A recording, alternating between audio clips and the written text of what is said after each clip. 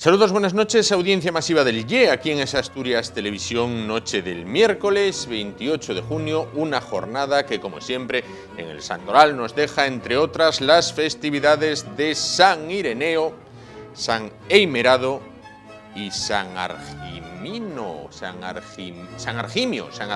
en este caso. Hay que tirar de chuleta para conocer a este venerable santo. Bueno, además, hoy es el Día Internacional del Orgullo LGBT, y en efemérides, tal día como hoy, en el año 1762, Catalina la Grande fue coronada zarina de todas las Rusias. En 1931, el PSOE gana en España las primeras elecciones de la Segunda República. En lo que se refiere a nacimientos, tal día como hoy, un 28 de junio de 1712, nació el escritor y filósofo francés Rousseau. En cuanto a fallecimientos, en 1914 fue asesinado en Sarajevo el archiduque austrohúngaro Francisco Fernando. Como resultas, estalló la Primera Guerra Mundial. Y en la actualidad conocemos que el BNG, Bloque Nacionalista Gallego o Galego, pues pide que la Plaza de España en la localidad del Ferrol cambie su nombre a Plaza de Portanova. ¿Por qué? Porque consideran que este nombre, el de Plaza de España, es un nombre franquista. Bueno, como dice el comunicador Carlos Herrera, en este país hay más tontos que botellines. Ya no cabe ni uno más. Para que entre otro, tiene que salir alguno. La duda que queda es si este Churchill de nuestro tiempo, el concejal del BNG en el Ayuntamiento de Ferrol, Iván Rivas, cobra por ideas tan maravillosas. No lo sabemos. Lo que sabemos es que comenzamos el programa de hoy.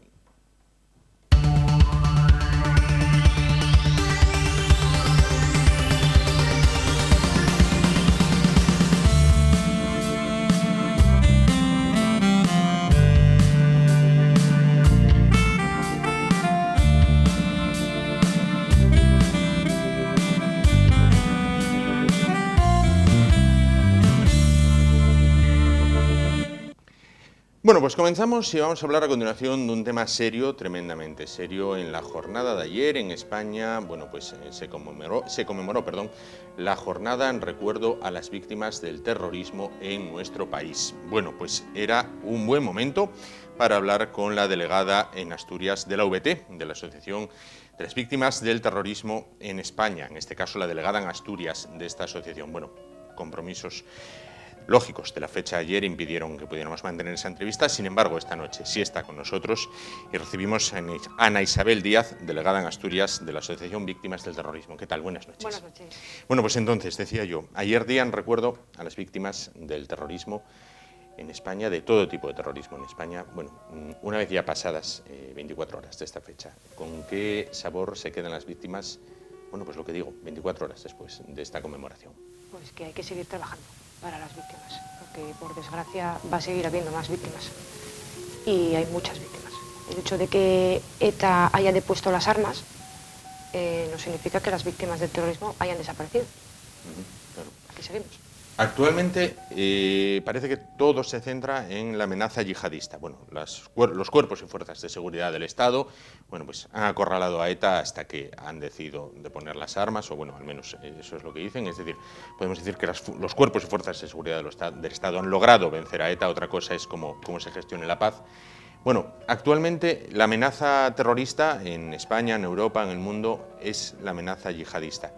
¿Esto hace que las víctimas de lo que fue el terrorismo de ETA, el terrorismo de Grapo, pasen a un segundo término? Yo quiero pensar que no. Y de hecho en la Asociación Víctimas del Terrorismo hay víctimas de muchos grupos, o sea, no solamente ETA.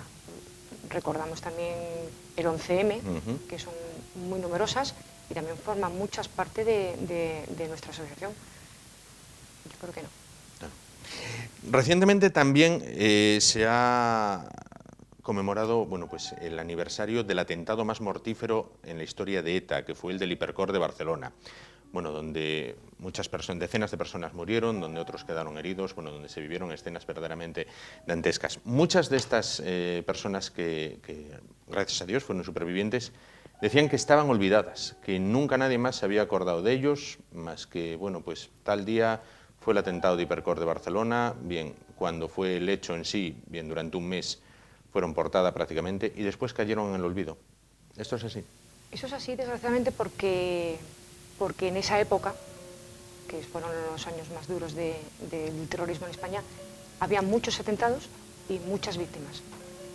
Y en ese momento la víctima estaba bastante desprotegida y un poco aislada de la sociedad. Y bueno, la vida continúa para el resto de la sociedad, pero la víctima necesitaba en ese momento un apoyo para poder continuar. Claro. La vida, decía usted ahora, la vida continúa para el resto de la sociedad, pero para una persona, bueno, al que el terrorismo, en este caso, en el suyo, me corrige si me equivoco, ETA, le arrebata la vida de un familiar, ¿cómo continúa la vida? Pues dura, pero continúas, como puedes, porque en esos momentos, les repito, no había una asistencia psicológica como hay ahora, ni protocolos de actuación que hay, que gracias a Dios pues ahora sí los hay y muchas víctimas pues se benefician de ellos. Pero en esa época pues bueno, pues cada uno lo asumía como podía y continuaba pues como podía, pues, con la ayuda familiar, amigos íntimos y parte de la sociedad porque en esa época el silencio era lo que más abundaba. Claro. Porque no fue a raíz del asesinato de Miguel Ángel Blanco, cuando parece, con el espíritu de Hermoa que se creó ahí y se gestó, que la sociedad despertó y se mostró valiente en defensa de las víctimas del terrorismo. Pero hasta entonces pues, era muy complicado continuar con tu vida. El asesinato de Miguel Ángel Blanco fue entonces un antes y un después de... Sí, fue un antes y después a nivel social, porque fue cuando la sociedad, sobre todo la sociedad vasca, dijo basta. Ahí quizás comenzó a ser el principio del fin de ETA. Sí, yo creo que sí, porque yo creo que mucha gente que a lo mejor de una manera ideológica un poquito pudiera justificar no la violencia de ETA, sino una idea un poco utópica de esa independencia, se dio cuenta de que ese no era el camino. Decía usted ahora una cosa que me parecía tremendamente interesante, fue cuando la sociedad vasca comenzó a darles la espalda. Claro, ellos perdieron el sustrato social, ¿no?, que les amparaba entonces, ¿no? Sí, yo creo que sí. Bueno, ETA ha causado más de 800 víctimas mortales en España. Bueno, en Asturias, ¿cuántos asociados hay a la Más OET? de 100. Más de 100. En España hay unos 4.400 aproximadamente asociados de víctimas y familiares directos de víctimas. Afortunadamente, bueno, Asturias no sufrió en sus carnes, como otras regiones de España, lo que fueron los atentados terroristas. En una época, por ejemplo, como eran los años 80, yo recuerdo siendo un chiquillo, prácticamente era un atentado un día sí y un día no, prácticamente. Aquí tuvimos atentados del Grapo y también tuvimos varias amenazas de ETA. Creo recordar que fue por el Piles o por ahí, o por esa zona de desactivación de bombas, en una operación que ellos llamaban de verano, que era el veraneo. Por suerte no hemos tenido en esa ocasión víctimas, pero en el Grapo sí hubo víctimas mortales. En el Palacio de Justicia de Gijón, ahí sí hubo asesinatos. Es decir, que llega un momento en que la autoría, en este caso, da igual porque hay víctimas mortales, que también formaban parte de las fuerzas y cuerpos de seguridad del Estado, que fue, pues, obviamente, los más afectados. Sin duda. ¿Notan que ustedes actualmente estorban en algún modo? Quiero decir, para distintos fines políticos. Durante años, pues había partidos políticos que encabezaban manifestaciones de la mano de ustedes, era todo para las víctimas lo primero, y parece que ahora se ha cambiado el discurso y es como, bueno, vamos a aparcar esto, bueno, esto ya pasó, hay que pasar hoja, y quizás sea muy fácil decir en casa de otro pasa hoja, pero cuando no se ha sufrido en la de uno, ¿no? Claro, porque en las negociaciones de paz, aquí opinan políticos, opinan terroristas, pero las víctimas del terrorismo no opinan, que son las que realmente han sufrido el terror y la barbarie de ETA en su chantaje al Estado. Que sí es verdad que durante una época determinada hubo partidos políticos que apoyaron muy abiertamente a las víctimas del terrorismo. Hoy en día también los hay, Y dentro de muchos partidos políticos hay muchos políticos que apoyan a las víctimas del terrorismo, independientemente del color. Luego hay líderes que no, obviamente. ¿Que molestamos? Sí, molestamos porque en este proceso de normalización que se pretende es que ETA ya no mata, ya no hay víctimas. Pero hay que recordar a estos políticos y a la sociedad de que las víctimas todavía están. Claro. Vamos a ver una imagen a continuación que también ha sido portada, bueno, pues en las últimas semanas en todos los diarios, en todas las televisiones. Es una mujer que se llama Idoia López, alias La Tigresa, condenada a 26 años, condenada por 26 asesinatos, por haber matado a 26 personas, bueno, pues condenada a muchísimos años, pero que ha salido, ahí la tenemos, bueno, pero que ha salido a la calle, ha salido a la cárcel después de cumplir 26 años, es decir, 26 asesinatos, 26 años. Prácticamente, aunque ahora podríamos aplicar todo el lenguaje jurídico que quisiéramos, hacer toda la arquitectura jurídica que quisiéramos, pero lo cierto es, 26 muertes, 26 años. Esta ha salido a muerte por año, o año por muerte en este caso. Como muchos que se han acogido a la Diana Claris. Es decir, como dice una de las abogadas de nuestra asociación, Carmen Ladrón de Guevara, que sea legal no significa que sea moral. Entonces, yo siempre dije que yo creo en la justicia siempre que la justicia sea justa. Porque si nos cogemos a nuestro código, será muy legal, pero creo que es muy injusto que una vida cueste un año. Dicen que nuestras cárceles sirven para reinsertar, pero nosotros no tenemos pruebas de dicha reinserción, porque el que ellas digan que se han arrepentido, sin dar muestras de ese arrepentimiento, estaríamos entrando en un debate muy filosófico, pero realmente, excepto Suárez Gamboa, que ha sido el único que ha colaborado con la justicia abiertamente, no recuerdo ningún preso de ETA que haya colaborado en ningún juicio a esclarecer los 300 crímenes que hay que sin resolver de ETA. Entonces, ¿de qué hablamos? ¿El arrepentimiento qué es? ¿Decir que ya no mato porque así obtengo beneficios penitenciarios? Te dirán, no, cumple con la legalidad penitenciaria. Bueno, ha habido muchos presos que han salido con informes en contra de instituciones penitenciarias. Entonces, lo único que le queda a la víctima del terrorismo es la justicia. Aparte de la comprensión de la sociedad y el apoyo. Pero es la justicia. Porque pierdes a un familiar y, por ejemplo, Urrusolo Sistiaga fue el que asesinó a mi hermano. O sea, uno de los más sanguinarios de ETA, ahora, que es un arrepentido, en el juicio de la Audiencia Nacional dijo que eso no se acordaba porque eran cosas que se hacían de juventud. Esa es la colaboración que tienen con la justicia. Y ha salido, habiendo cumplido 22 años por 26 asesinatos. Bueno, incluso si se comprueba en la plataforma YouTube, hay vídeos incluso, bueno, de esta tipa y de otros de sus compinches donde se ríen, incluso durante el juicio están riéndose de testigos, de familiares de las víctimas, cuando luego, como usted bien dice, es muy fácil una vez que ya te pasaste unos añitos entre rejas decir que te arrepentiste, ¿no? Bueno, las asociaciones de víctimas del terrorismo están unidas, cada una por su lado. Después del 11M parecía que se bifurcaba el tema actualmente y con esa amenaza yihadista, bueno, pendiente no solo en España, sino en todo el mundo. ¿Están unidas? Yo creo que las asociaciones de víctimas del terrorismo todas defienden el mismo interés, que es a la víctima del terrorismo. Obviamente, cada víctima es libre de asociarse a una asociación o grupo, valga la redundancia, o no. Y la misión de las asociaciones es velar por el bienestar y la asistencia de las víctimas del terrorismo. Nosotros, la UET, somos la asociación más mayoritaria de España y estamos dispuestos a siempre a abrir las puertas a quien necesite y a quien quiera. Claro.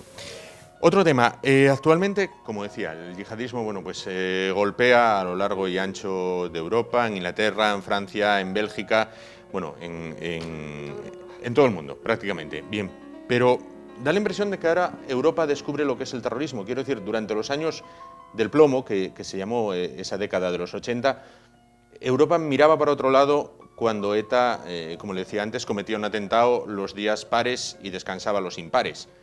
Ahora Europa descubre lo que es el terrorismo, lo sufre en sus carnes y pide la unidad de todos, que está bien, pero durante años miraron hacia otro lado. Claro, porque el terrorismo era cosa de los españoles. Y Francia reaccionó tarde, pero al final colaboró con la justicia. Y ahora es una amenaza global. Y ante la globalización necesitamos protocolos globales y actuaciones globales. Entonces no nos queda más remedio, y gracias a Dios que España tiene mucha experiencia, por desgracia, en este tema, que puede ayudar y aportar al resto de los países europeos para luchar contra lo que nos viene ahora. Por suerte o por desgracia, tenemos una policía perfectamente entrenada después de muchos años de terrorismo y además que actúa bien, está deteniendo prácticamente todas las semanas a yihadistas, con un sistema que también lo permite, no como en Bélgica, donde después de las 9 de la noche no puedes detener a unas personas porque se supone que están descansando. En España tenemos una legislación, esta famosa ley de enaltecimiento del terrorismo, que ahora algunos pretenden derogar. Sí. Gracias a esa ley nos permite hacer detenciones antes de que se cometan atentados. Sí. Y la autorradicalización en España está penada, cosa que en Europa no. Entonces yo creo que es el momento de que Europa empiece a legislar y a copiar de España. Porque de eso, por desgracia, sabemos mucho. Claro. Por desgracia, como bien dice. Bueno, pues Ana Isabel Díaz, delegada en Asturias de la Asociación de Víctimas del Terrorismo. Muchísimas gracias por estar esta noche con nosotros y que ustedes no caigan en el olvido, porque ustedes han sido los que han sufrido en primera línea y más directamente lo que fue la barbarie criminal de ETA y que ahora otras familias están sufriendo con el tema del yihadismo. Muchísimas gracias por estar esta noche con nosotros. Gracias a ustedes por invitarme. Y nosotros nos vamos a publicidad, en un momento volvemos, cambiamos totalmente de asunto y seguimos con el programa de hoy. Hasta ahora.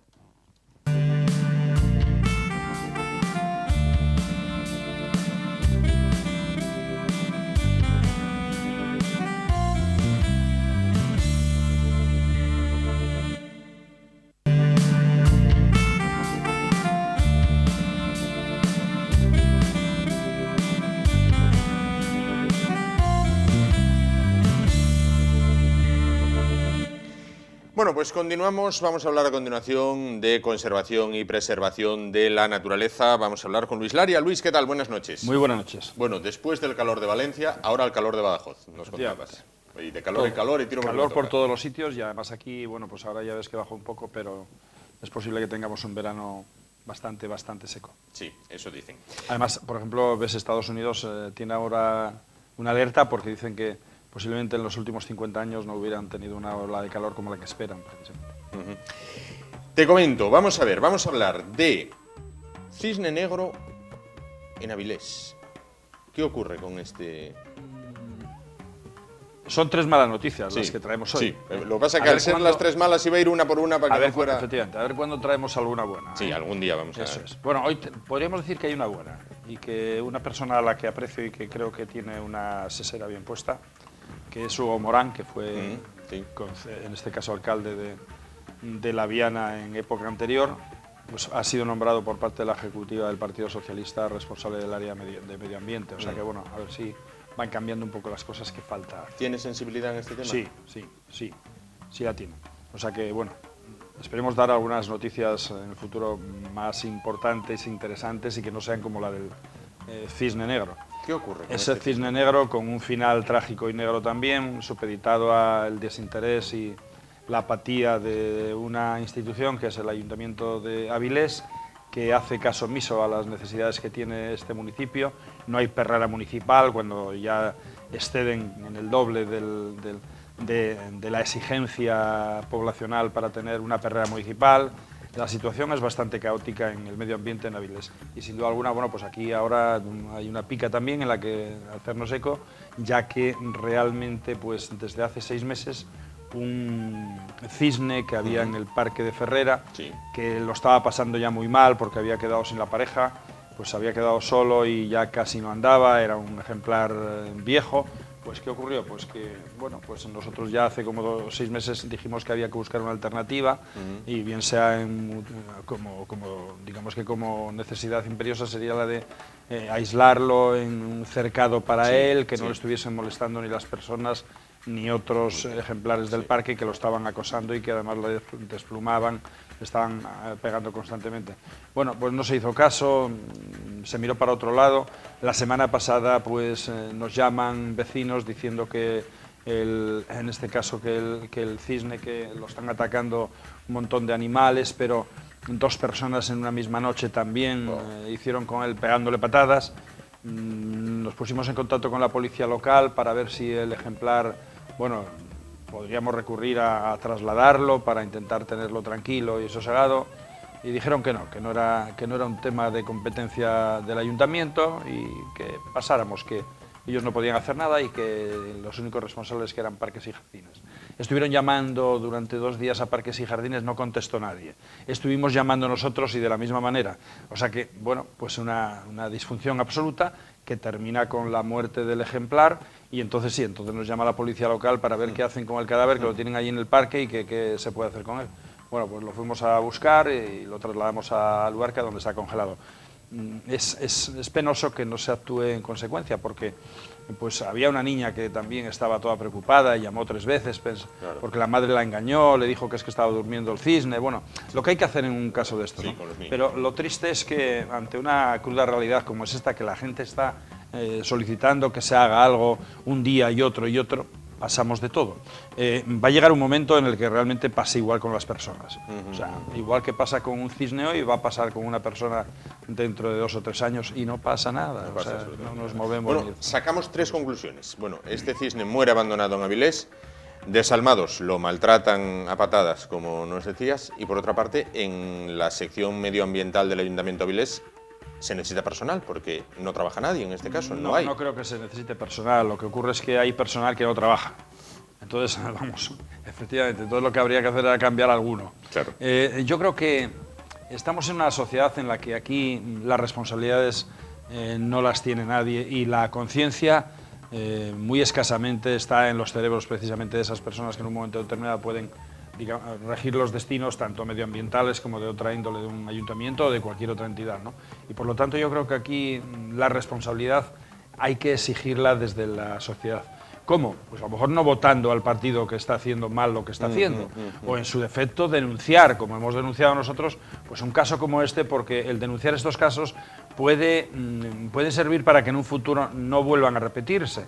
Y reitero, bueno, él estaba ya muy mal porque estaba mayor, etcétera, pero ¿por qué tiene que sufrir las patadas de alguien indeseable? ¿Por qué tiene que estar allí agonizando constantemente, viéndolo la gente? Creo que tenemos que tener otras formas de pensar y de mirar. Hay quien dice, es un animal.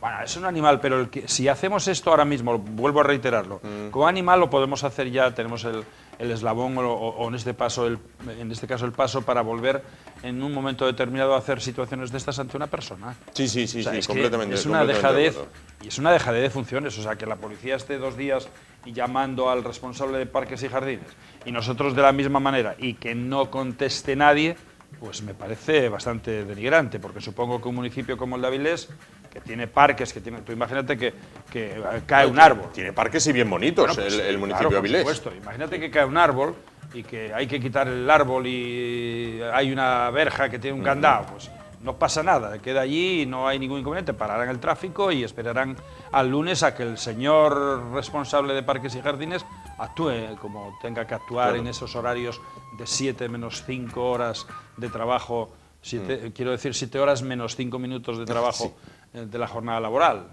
Pues así estamos. Bueno, de ahí salimos de la sartén para caer en el fuego. Una ballena en lastres. Otra por el estilo.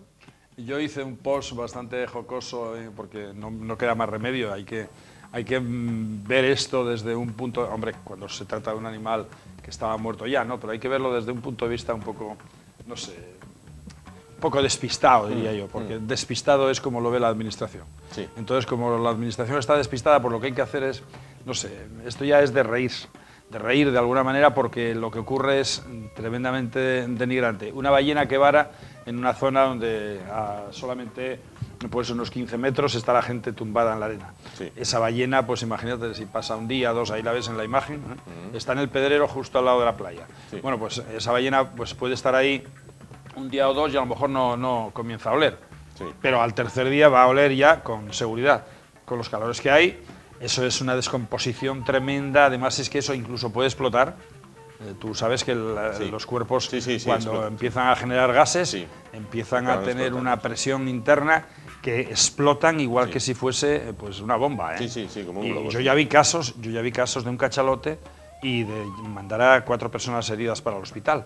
Por eso hacer una necropsia, no tener en cuenta de que lo que no se puede hacer es una abertura en la zona donde haya gases y ponerse a hacer la abertura, y en el momento que hace la abertura raja un poco y explotó todo, absolutamente todo. Imagínate un cachalote que ya llevaría también pues 10 o 12 días muerto, que pesaba 30 y pico toneladas, Claro.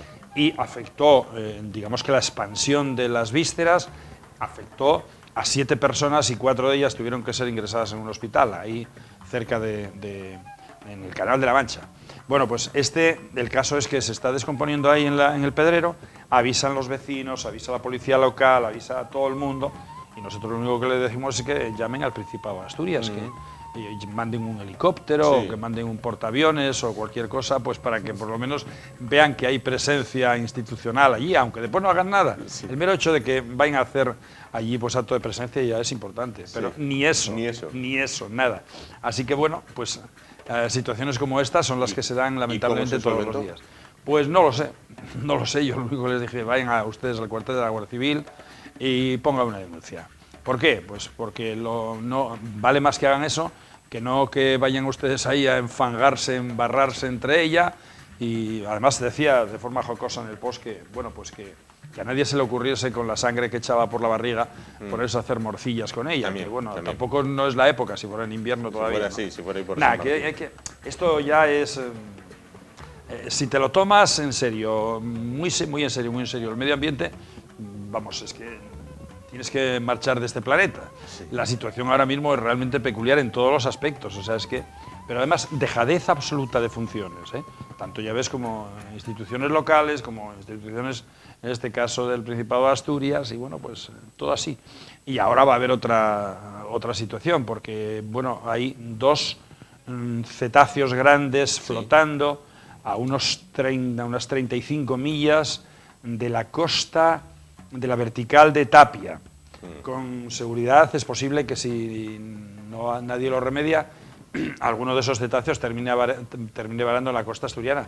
Y uno posiblemente se habla de unos 12-14 metros. O sea que, bueno, pues es un buen recibimiento el que tenemos que hacer, por lo menos que vare y que vare donde no lo encuentre nadie, porque si va a varar en una playa, pues es un problema. Nosotros hemos tenido que en algunas ocasiones rescatar cadáveres ya con días muertos, incluso de más de 30 toneladas. De 32 toneladas de peso en alguna ocasión. Y hay que hacerlo, o sea, no se puede tener un cadáver ahí descomponiéndose, oliendo fatal, además suelta una cantidad de grasa tremenda. Bueno, pues es salud pública, al fin y al cabo, no solamente es imagen en cuanto a lo que podría ser a nivel turístico, ya, etcétera. Vamos a Es apelar salud pública. vamos a apelar no ya a la salud pública, sino a la imagen, que ahora bueno está tan en boga, ¿no?, de los municipios costeros asturianos. Lógicamente quieren potenciar su turismo, quieren potenciar lo que tienen, está en su derecho, además son municipios fantásticos. Bien, pero esa imagen que venden de ver aquello pudriendo, descomponiéndose allí, quiero decir, una persona va por primera vez a aquella playa, ve aquel percal y no vuelve más. Es muy gordo. Es que no vuelves más. Eso sería lo mismo que ir ahora a pasear por los aledaños del Parque San Francisco, y que tuvieses un perro muerto allí, Sí. y que llevase allí una semana o 2 semanas y que nadie lo hubiera recogido. Sí. Pues es lo mismo. Pero aquí el ámbito marino pasa desapercibido y está como si fuese... Es un punto y aparte, no tiene nada que ver con el resto. Y la verdad es que la dejación que tenemos con respecto al medio ambiente marino supera con creces lo que ocurre en tierra, pero en todos los aspectos. Así nos va a tocar vivir, pues yo creo que una situación bastante lamentable pronto. Estoy viendo unas imágenes ahí, antes de que me des paso, ya te lo voy a dar yo. Sí, sí. Otra Esto es atroz también, otra esa imagen. otra imagen nefasta y Esto es vergonzosa atroz. es esa. Yo no sé si es sacada de la serie Walking Dead. El año pasado, tal hoguera como la de Sí, San Juan, sí. generó 18 toneladas de basura en una playa a la que, perdón por la expresión, cuando va un perro y caga allí ya armamos el pollo tremendo.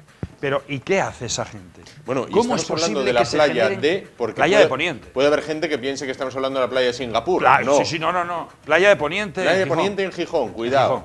Gijón, ¿eh? Playa de Poniente en Playa de Gijón. Poniente en Gijón. No son las playas de 18, Singapur ni de Corea del Norte, en este caso. Efectivamente, 18 toneladas. ¿Dónde está el civismo? ¿Dónde está el comportamiento social que pueda exigir velar por el medio ambiente? Quien va y hace tira la litrona ahí, tira la botella de cristal, tira la botella de plástico, ese no puede pedir nada a nadie, porque es un guarro. Sencillamente es un verdadero guarro. Sí. No se puede decir de otra manera, porque es que a mí me caería la cara de vergüenza Sí. ir por la mañana y decir que yo había estado allí en una hoguera de San Juan generando eso. Sí. Que es muy gordo. 18 toneladas en una playa. No estamos hablando de un prao, donde a lo mejor el prao, si no tiene río, bueno, pues si no viene viento, a lo mejor se puede recuperar algo. De las 18 toneladas que hay ahí, ¿Cuánto se lleva la mar? cuando viene la viene la marea, se llevará lo que pinte. ¿Por qué? Porque es que, claro, no va a estar allí el responsable o lo que es la patrulla o el grupo de limpieza esperando a que el señorito o la señorita tire la botella al suelo para recogerse. La patrulla canina va a ir, o sea, sí. Es muy gordo. Es que estamos en un mundo donde realmente esto es de preocupar. Pero vamos a ver, yo pensé que habíamos avanzado. A ver, No, vamos a avanzar. quiero decir, Vamos a avanzar. a ver, Pero vamos a ver, ¿tú sabes por qué no se avanza? porque no se quiere avanzar. No, te digo yo por qué no se avanza. Y lo voy a decir así, ¿eh? Sí. Adelante. No se avanza porque ahora no miras para la ñalga de un guaje o de una guaja y no le ves la marca de la alpargata. La marca, o sea, yo por ejemplo, mi madre me pegaba un alpargatazo y quedaba la marca, o sea, el fabricante. Sí, el fabricante. el código de barras. De aquella no necesitábamos tatuajes. No. Tú ponte ahí a que te haga un tatuaje y estar ahí 2 horas para que te haga un tatuaje aguantando ahí todo eso. Sí. ¿Qué mejor tatuaje que cuando haces una guarrada de estas, tu madre te pegue un alpargatazo? ¿Eso lo podemos denominar maltrato? No. No, lo que es el maltrato es, quien piensa que es maltrato eso, es que realmente tiene un problema serio en la cabeza, ¿no? Efectivamente. Entonces, claro, en el momento que falta la educación, falta absolutamente todo, ya no tenemos nada. Entonces, marcha para casa, enciérrate en casa porque el día menos pensado te dicen, oye, que esa camisa me gusta, te quita la camisa trae pa' acá. y no se te ocurra ponerle la mano encima si te quita la camisa porque dices, bueno, pues maltrato otra vez, ¿no? Claro. El maltrato, cuando estamos hablando de la educación, para mí no es maltrato. Es que no puede existir una sociedad que haga lo que le dé la gana, de ninguna manera. Y yo soy el primero en crear libertades y tener conciencia hacia lo que es la garantía de la persona como tal. Pero es que hay que educar. Y a un chaval que te tira todo lo que pilla Todo y lo que que llevo. hace lo que le da la gana, ya lo comentamos en alguna ocasión, esos van a la hora de San Juan, esos que tiran todo, imagínate lo que harán en la playa cuando vayan con el bañadorcito y se separen un poco, bajan el bañadorcito y hacen allí todas sus necesidades. Entonces, en una playa con 50.000 habitantes... Veo peor esto. O sea, de San Lorenzo, o sea, con pero es que yo, de verdad, que, bueno, creo que estamos en un mundo totalmente equivocado y cada vez más. Bueno, ¿y hay esperanza? No, no hay esperanza. ¿No hay esperanza? Lo que va a haber es caridad. Caridad sí la habrá porque no queda más remedio, porque claro, la gente cuando no tiene esa situación, pues los demás tendremos que ponernos a limpiar playas por ahí porque no vamos a dar abasto con lo que son en este caso, con los empleados de turno de cada municipio. Claro. Y además, bueno, la culpa está en que no se ponen sanciones. O sea, ¿tú te imaginas ir y tirar aquí en Oviedo, en Gijón, donde sea, en la calle? En la calle tú, si tiras una basura al suelo, hay una reglamentación en la cual tienes una sanción. Pero es que es mucho más grave hacerlo en una playa. Tremendamente grave. ¿Dónde están las autoridades? ¿Existen? No, pero bueno, vamos a ver, el que menos culpa tenía era ese pobre guardia que estaba ahí en medio no, con que un va, montón de que basura. ese estaría diciendo, ¿y qué hago yo aquí? ¿Y ahora qué? ¿Y ahora qué? ¿Ahora quién llamo? Pero, el hombre pues sería para piselarle la cara porque piselarle la cara, porque es que te tiene que quedar una cara de tonto. Sí, que totalmente. seas un policía, que tienes un talón para poner multas a la gente que es irresponsable, y que veas eso. Y que veas eso, sí. Es muy gordo, ¿eh? Es terrible.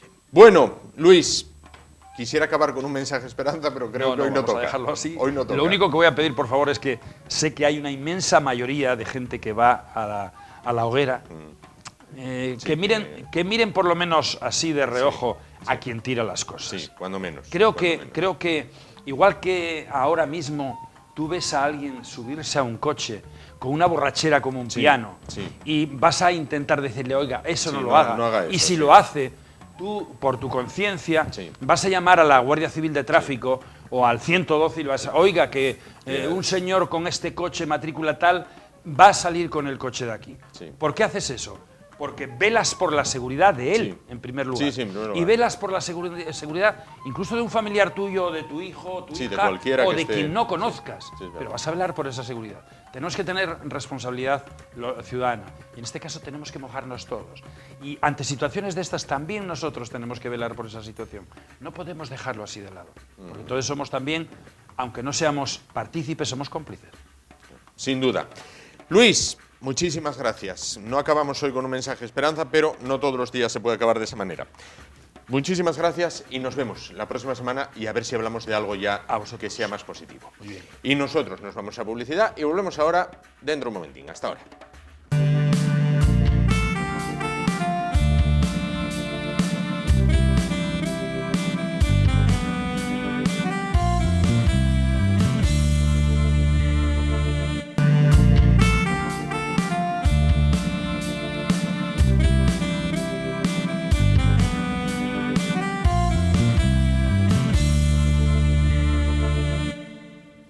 Bueno, pues continuamos en esta noche de miércoles y vamos a hablar a continuación de música. Y vamos a hablar de música con gente joven, gente que intenta abrirse paso en el panorama musical y en esto de tocar un instrumento, en este caso, como van a ver, la guitarra, en cantar y también en componer. Hablamos esta noche con Oriol López, un joven asturiano de 17 años, al que algunos de ustedes, bueno, pues habrán visto en vídeos en el canal de YouTube, en la plataforma YouTube. Bueno, pues guitarra en mano y poniendo voz, tanto a temas propios como a versiones de temas conocidos. Oriol, ¿qué tal? Buenas noches. Muy buenas noches. Bueno, pues entonces, cuéntame, ¿cómo nace en ti la afición por la música? Bueno, pues la afición por la música nace en mí porque mi padre escucha música desde que era muy pequeño también y me lo quiso inculcar a mí.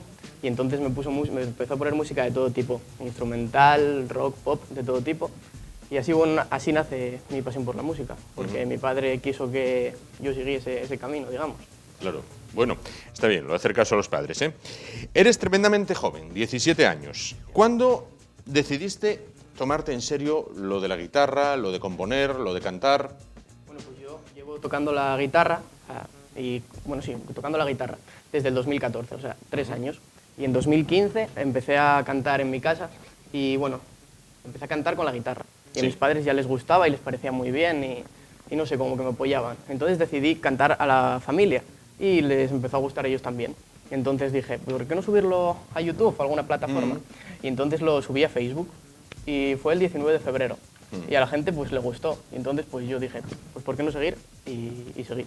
Claro, y hasta ahora. Y hasta ahora, bueno. Claro, hasta claro. ahora y siguiendo subiendo vídeos, claro. Y a seguir, claro que sí. Bueno, normalmente tenemos la imagen de los chicos de tu edad, 16, 17, 18 años, oye, pues constantemente enganchados ahí a la PlayStation, dale, o al fútbol, o Sí. vamos, a aficiones así.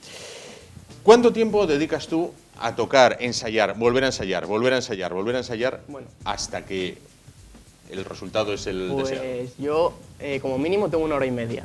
No sabría muy bien cuánto tiempo decirte, pero digamos que como mínimo tengo 1 hora y media. Luego puedo escribir, dependiendo de cómo me encuentre de ánimo, puedo hacer una canción, puedo practicar covers, o covers, versiones. Versiones. Eso. Efectivamente. Y eso, que no tengo 1 hora fija, digamos que un mínimo es 1 hora y media. Ujú. Me decías lo de componer, que luego hablaremos de ello, bueno, dependiendo un poco del estado de ánimo. Es decir, yo te lo pregunto porque en la vida compuse ni esto, pero bueno, entonces, lo de componer depende del estado de ánimo, es decir, si un día se está así un poco más bajo, se compone de una manera que si un día llegas eufórico para casa te puede salir una cosa completamente distinta. Claro. Yo compongo según, pues, digamos, esté pues, enamorado, triste, contento, eufórico, que quiera transmitir algo que no pueda decir en voz alta. Todo eso, pues lo pongo en forma de canción. No hay por qué estar tremendamente feliz para componer una canción. Efectivamente, ni tremendamente triste, puedes estar queriendo pedir algo. Claro, lógico. Bueno, ¿eres muy exigente contigo mismo y con el resultado a conseguir? Efectivamente, soy muy exigente. No, yo tengo que, o sea, tiene que estar bien hecho. Si estás dando todo para que forme parte de tu vida, no puedes dar el mínimo, tienes que dar el máximo siempre. Entonces yo eso, lo que intento es dar el máximo siempre. Entonces sí, me exijo muchísimo. Siempre, en las versiones, en componer, en todo, que esté bien estructurado, todo. Y lo que, bueno, muchos que vean mi canal, sí, no, como verán, subo vídeos muy esporádicamente, pero no quiere decir que no suba, es porque tengo un problema, bueno, técnico, digamos. Sí. Entonces eso, pero que cuando subo un vídeo lo preparo muy bien. Claro. Esa es la historia. Y tú, por ejemplo, cuando echas un vistazo atrás de los vídeos del canal, ¿notas una evolución entre los primeros y los últimos? Efectivamente, noto una evolución de voz, mucho, y bueno, de tocar también. Claro. De tocar mucho. Sí. ¿Tocar autodidacta, de oído, conservatorio? Autodidacta. Tengo un profesor que también, o sea, estoy tocando con un profesor que también es autodidacta, aprendió él solo, y muy bien. Bueno, eso es autodidacta. Claro. Es la forma, digamos, más creativa, porque si vas al conservatorio, no tengo nada en contra de los conservatorios, pero es como que te exigen siempre una misma regla. Seguir Entonces, unos cánones predeterminados. yo creo que tienes que tener tu propio estilo y tu propia, pues eso, tu propio toque. Claro. Y vamos a ver, decía yo al inicio que podemos ver los vídeos en la plataforma YouTube. Bueno, esta plataforma, o otras, son un buen vehículo para la exposición de los jóvenes, quiero decir, para que puedan mostrar sus creaciones. A ver, tocar ante un auditorio mayor o menor es tremendamente complicado, pero bueno, en YouTube digamos que es una buena ventana para los jóvenes. Sí, porque te das a conocer. Por ejemplo, yo empecé hace un año y ya tengo un vídeo con 8000 visitas y con más miles de visitas. Entonces, eso es como, bueno, yo creo que ahora a día de hoy todo está en las redes sociales o en los medios o en todo, ¿no? Tienes que o ir a un programa o buscarte la vida por internet. Entonces sí, una buena forma de darte a conocer es en la plataforma de YouTube o en redes sociales como Instagram, Facebook, bueno, todas las redes sociales que hay, ¿no? Que los jóvenes manejáis como nadie. Efectivamente, Claro, efectivamente, los que más. Claro, es fantástico cómo lo manejáis los jóvenes. Bueno, me decías, algunos son covers, versiones, para aquellos que sean más veteranos, sí. Decimos versiones, los jóvenes dicen covers. Otras son composiciones propias. Ahí cómo va el tema. ¿Composición? Sí. Pues depende. ¿Más difícil, menos difícil que lo que es tocar? Es simplemente expresar lo que tienes dentro. O sea, tienes que sacar una emoción. O sea, lo que tú ves al ver a tu mujer, a tu novia o a tus amigos o a un lugar, tienes que expresarlo en palabras. Entonces eso es lo que hago yo, expreso mis sentimientos en palabras y los convierto en canciones. Bueno, vamos con una de esas composiciones, si te parece. ¿Cómo se llama? Háblame un poquito de ella y adelante con ella. La composición que os voy a tocar se llama ¿Quién nos va a encontrar?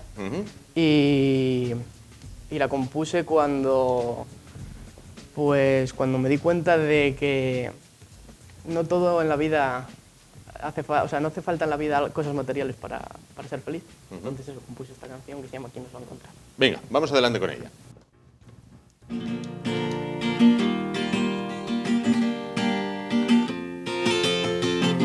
Mira mis venas, están chorreando ganas de ti. Mira aquellas, dicen no quererte y a veces que sí eres la reina, la que a muchos ya no nos deja dormir, que tienen tus piernas para colorear risas sin fin. Y ahora nos preguntamos todos, sin saber muy bien qué decir, ¿quién nos va a buscar en nuestro mundo? Las princesas ya no vuelven porque ya nadie las quiere ni querrán. ¿Quién nos va a buscar bien profundo en el mar de tu mirar, donde a nadie le gusta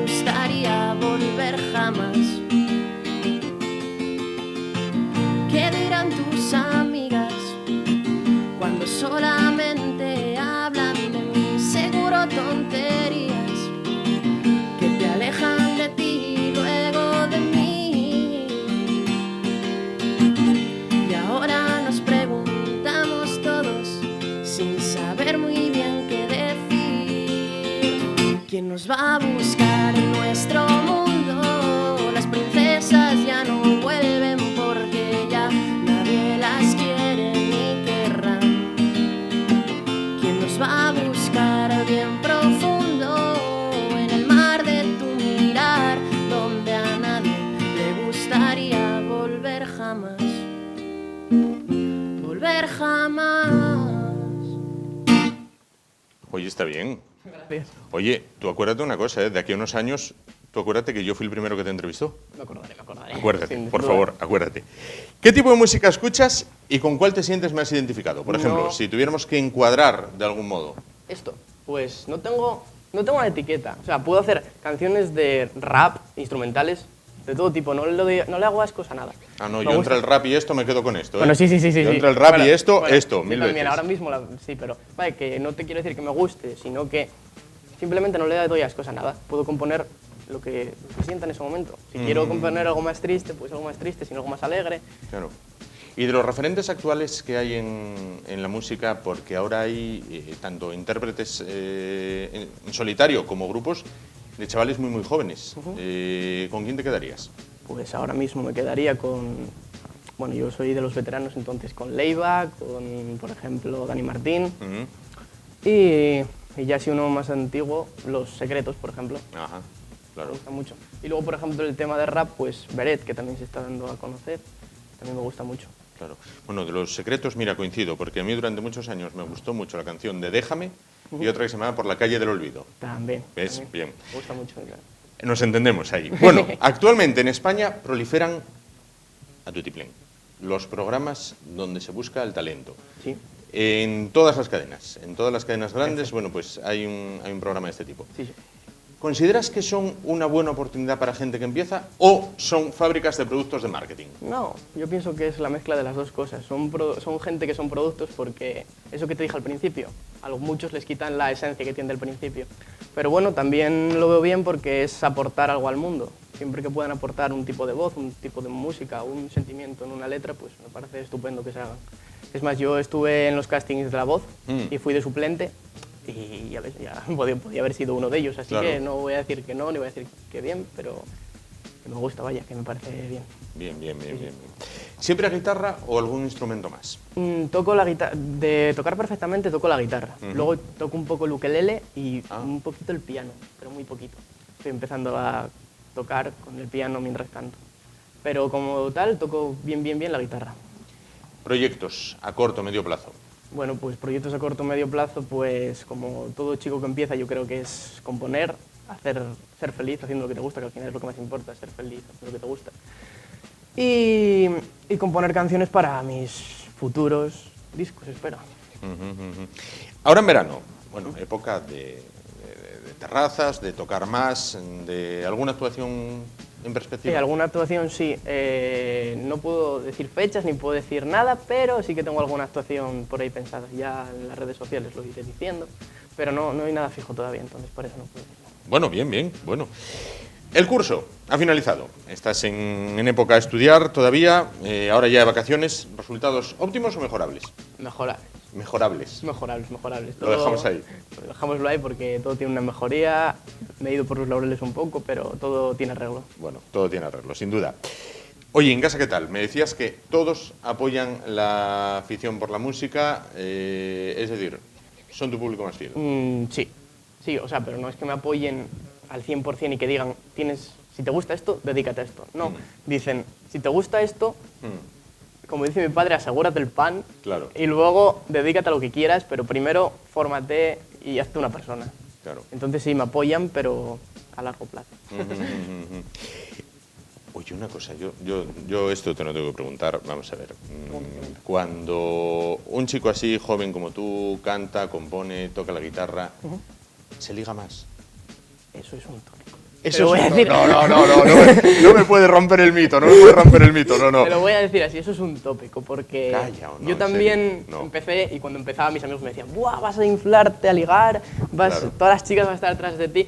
Pues hay alguna interesada, pero también empiezas a conocer la gente, ¿no? Que vienen por el interés, por el Anda. hecho de tener un novio guitarrista, pero no, eso es un topicazo, no, vaya, falla la cara, tienes que ser muy guapo para Pues, ello. yo siempre pensé, dije yo, oye, mira, yo hago lo que puedo cuando tenía tu edad, digo, pero si yo si supiera tocar la guitarra, ya lo tenía hecho, o sea que no. No es así, no es así. Bueno, mira, me quedo un poquito así. Hay chicas a las que le gustan las cosas bonitas y otras a las que te dicen, vaya pesado que eres, quita la guitarrita.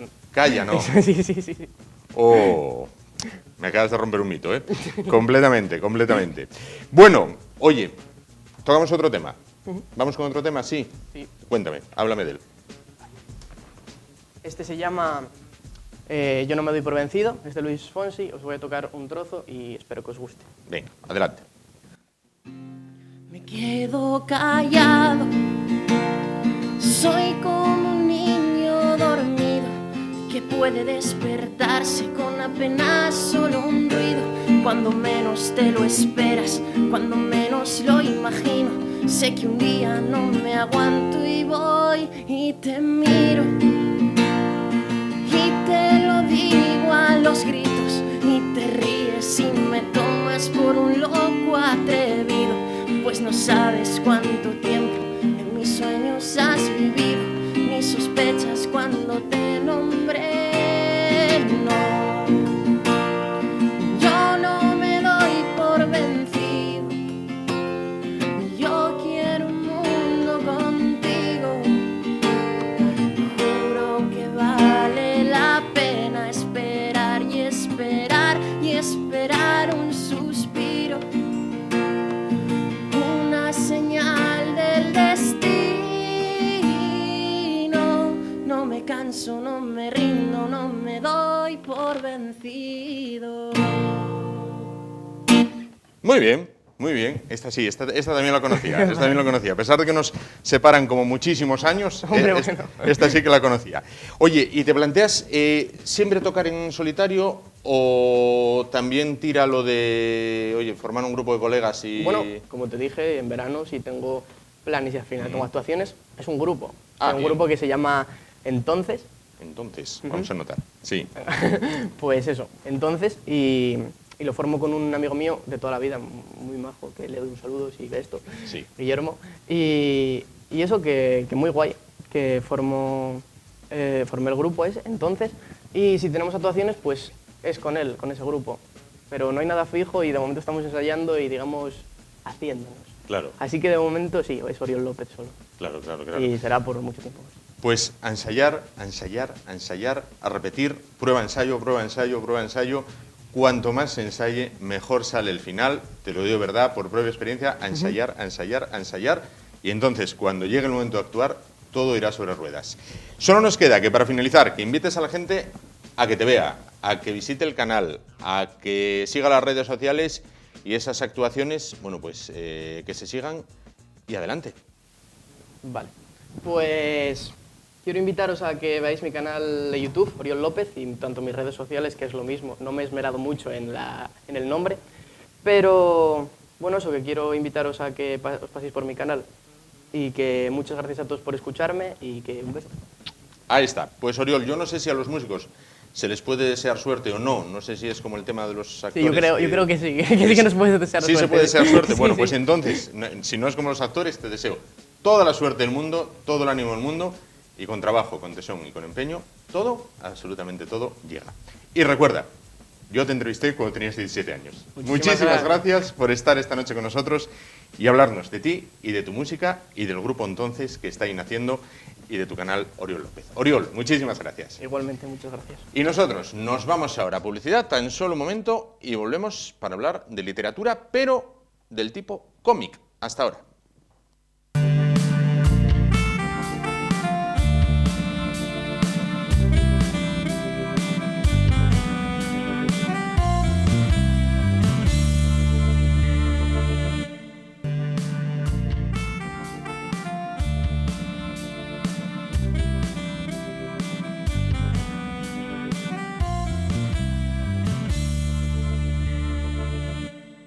Continuamos y lo hacemos hablando a continuación de historia plasmada en viñeta gráfica. Y es que decía una canción de la época que yo aún recuerdo de oír cantar.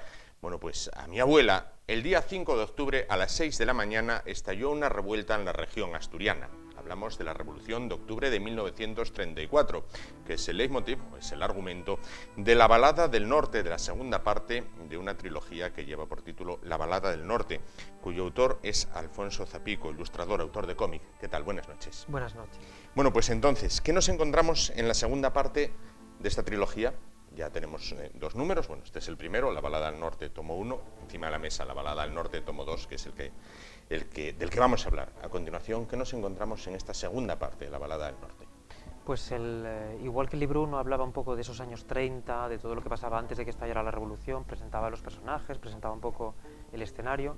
El libro 2 es justo la revolución durante 10 días muy frenéticos, donde todo sucede muy rápido y desde la primera página hasta la última es pura revolución.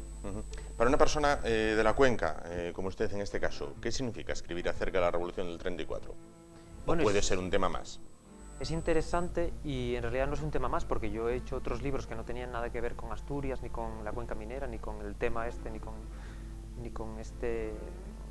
la zona geográfica, sino sobre otros lugares.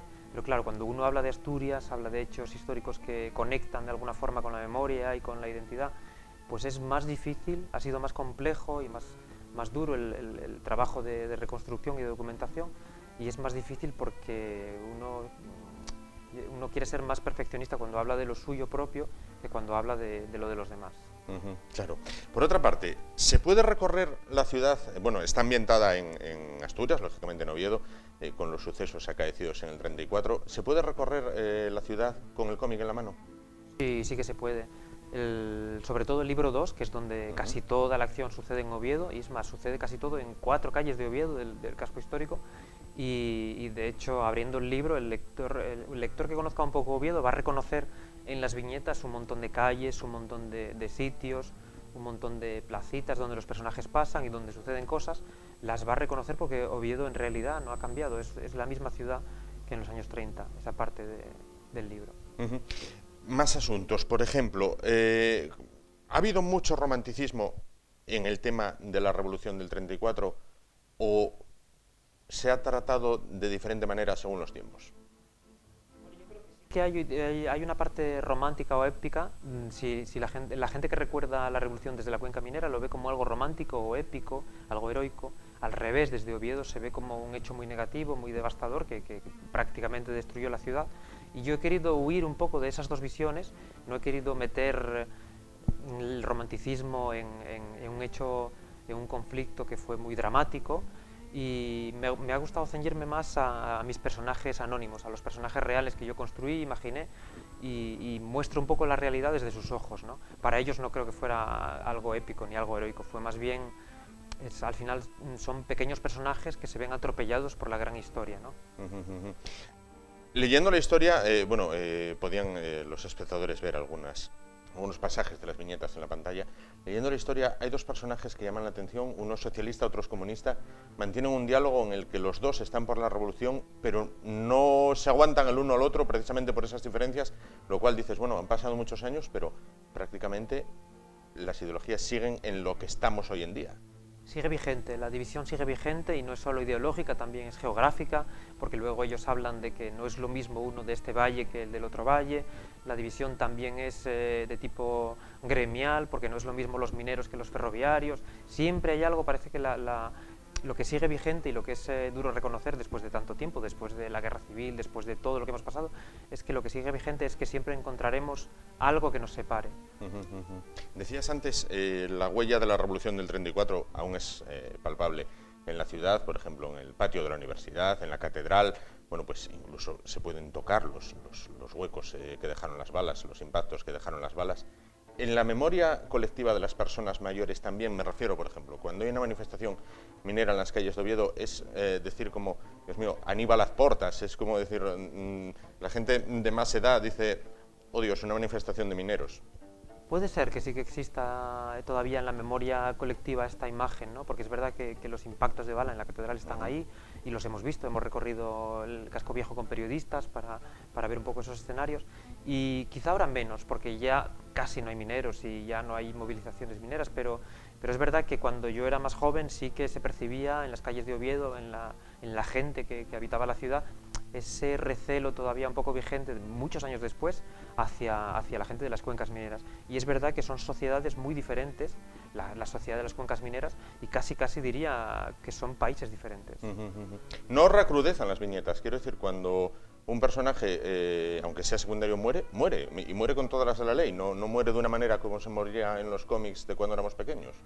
No, aquí la verdad es que no he querido ahorrar crudeza y quizá hay un contraste que a mí me gusta entre los personajes y la forma de dibujar que yo tengo, que no es excesivamente realista, no es excesivamente dura. Los personajes, algunos son bastante caricaturescos, el dibujo es sencillo, el dibujo es libre, pero a la vez con ese dibujo sencillo y con ese dibujo fácil de conectar con el lector, cuento historias duras y cuento historias complejas, y yo creo que el contraste no es impedimento, al revés, ¿no? Yo creo que conecta bien.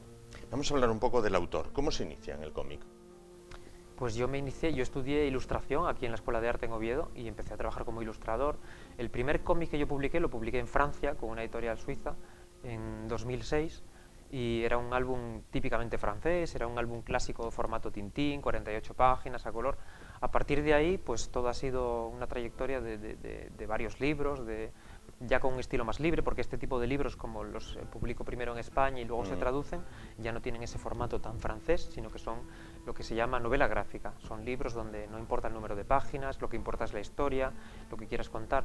Y ahí es donde yo he encontrado un poco mi sitio como autor, ¿no? En la novela gráfica y en esa libertad para poder contar cualquier tipo de historia con libertad total a la hora de elegir el formato y de elegir el tipo de libro. Dibujar novela gráfica, como puede ser La balada del norte, en su tomo 1, en su tomo 2 o el siguiente, que será el que cierre la trilogía, ¿da para vivir en España o es mejor, si usted, por ejemplo, tuviera que decírselo a un hijo, le indicaría que siguiera sus pasos o le diría, no, mira, mejor ahora mismo lo que más es pataditas al balón? Pues no lo sé si me gustaría más que fuera futbolista o dibujante de cómic. La verdad es que en general los autores de cómic o los ilustradores en España somos un poco como los periodistas o los escritores, vivimos somos un poco como malabaristas, ¿no? Como acróbatas, vivimos de todo lo que hacemos, porque yo también hago animación, también hago diseño gráfico, también hago publicidad, también hago ilustración, hago un montón de cosas diferentes y luego encuentro en el cómic, en la novela gráfica, esta expresión de lo que quiero contar, ¿no? Las historias que quiero contar y los libros que publico, pues no renuncio a ello y también es parte de mi trabajo. A la vez es verdad que está mejorando mucho el cómic en España, lo que era la aceptación del cómic en España hace 10 años no tiene nada que ver con lo que soy. Estamos vendiendo más, publicando más, llegando a más lectores, y lo interesante es que además hacemos obras para España, desde España, y las traducimos a otros idiomas. Las publicamos fuera de España. Yo he traducido los libros a Alemania, Francia, a Reino Unido, y esto, bueno, pues nos ayuda también a labrar más la carrera profesional. Claro. ¿Se vive una época dorada del cómic en España o fue antes con, no sé, Hazañas bélicas, El guerrero antifaz, El capitán Trueno, Roberto Alcázar y Pedrín? Bueno. La época dorada de la industria en España fue aquella, la de los cómics, las historietas en el kiosco que estaban colgados con la pinza. Aquella fue la época dorada de la gran industria del cómic español, porque se publicaban cientos de miles de ejemplares de los títulos que se hacían. Pero la época dorada, yo creo, de las obras o de la libertad de creación, la época dorada para el autor, yo creo que es ahora, porque ahora es cuando los autores de verdad tienen capacidad para expresarse libremente, para labrarse una carrera propia muy personal, donde se identifica a los autores por sus obras, donde cada autor es muy diferente en los libros que hacen, las historias que cuenta. Hay una gran diversidad, el mercado español es muy diverso, con una gran diversidad de autores, y yo creo que ahora es donde más hay para elegir. ¿Y qué nivel hay de dibujantes en España y en Asturias? ¿Usted se inició en Asturias? Pues en España hay un nivel altísimo, o sea, yo creo que el nivel de los autores españoles no tiene nada que envidiar al nivel de los autores franceses. Muchos autores españoles trabajan y dibujan para la industria francesa, son grandes autores. Muchos autores españoles trabajando directamente para España luego ven traducidas sus obras. Hay muchos españoles nominados este año a los premios Eisner, que son los premios más importantes en la industria americana, y en Asturias hay grandes dibujantes también. Tenemos a Ángel de la Calle, a Ruma Barbero, hay un montón de autores. Hay otra época de autores clásicos como los hermanos de la Fuente o grandes autores que trabajaban para Francia o para Estados Unidos antes. Pero ahora yo creo que sí que hay también autores asturianos que pelean por hacer obras personales, que los identifiquen y que marquen un poco su impronta, ¿no? ¿Con qué cómic se inició usted? ¿Cuándo usted decidió, oye, a mí me gusta esto? ¿Cuál fue el que a usted le llamó? Pues Si como hubo uno. lector yo empecé con Tintín. Tintín, Asterix, más Tintín quizá que Asterix me marcó como lector y me enseñó que esta forma de contar historias era algo universal y que podía dejar huella y conectar con un montón de lectores de cualquier país, de cualquier clase social, de cualquier origen. Y como autor yo creo que fueron los franceses de la última época, los franceses de principios de los años 2000, que fueron los que reinventaron también un poco el cómic y pasaron de esa línea clara de Tintín, con esos dibujos tan limpios, tan anatómicos, con esa arquitectura tan perfecta, a un dibujo mucho más libre, más suelto, más sucio a veces, pero que permitía también una expresividad y contar y narrar cosas y dar un montón de información a los lectores. ¿Y la forma de dibujar evoluciona en un autor a lo largo del tiempo? ¿O usted, por ejemplo, dice, yo dibujo los personajes de esta manera, no hiperrealistas, como nos señalaba antes, pero va evolucionando con el paso del tiempo? Evoluciona muchísimo. En mi caso ha evolucionado bastante. Yo creo que no es lo mismo ese primer libro que yo dibujé en 2006 para Francia a color, no tiene nada que ver con un libro que llegó después, que se llamaba Café Budapest, donde dibujaba en blanco y negro, metía pinceles, metía plumillas, era completamente diferente.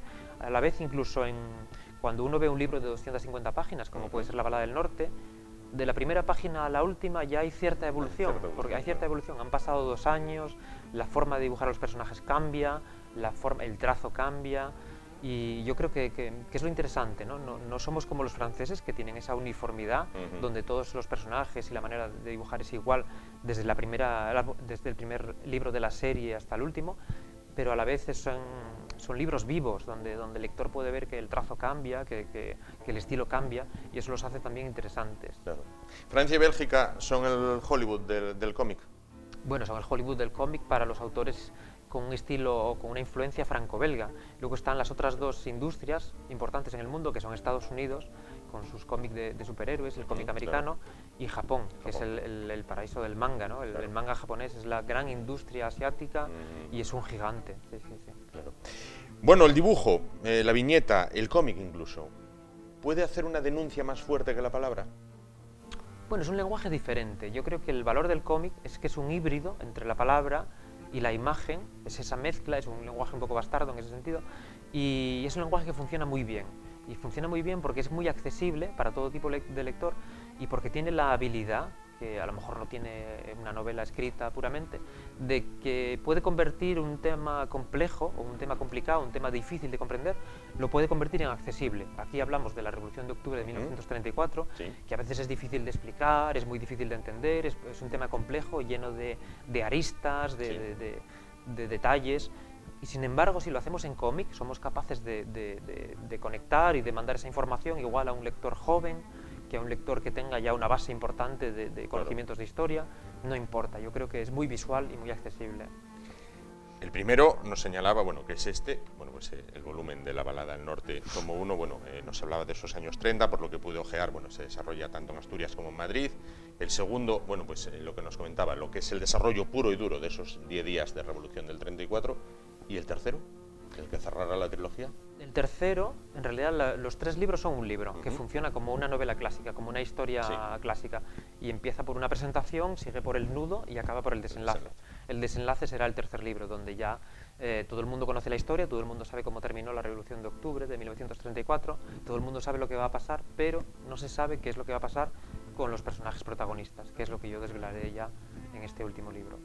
¿Y qué pasa cuando el libro se acaba, la trilogía se acaba y el personaje finaliza? ¿Qué pasa con el autor? Quiero decir, te despides un poco del personaje, dices, bueno, hasta aquí hemos llegado.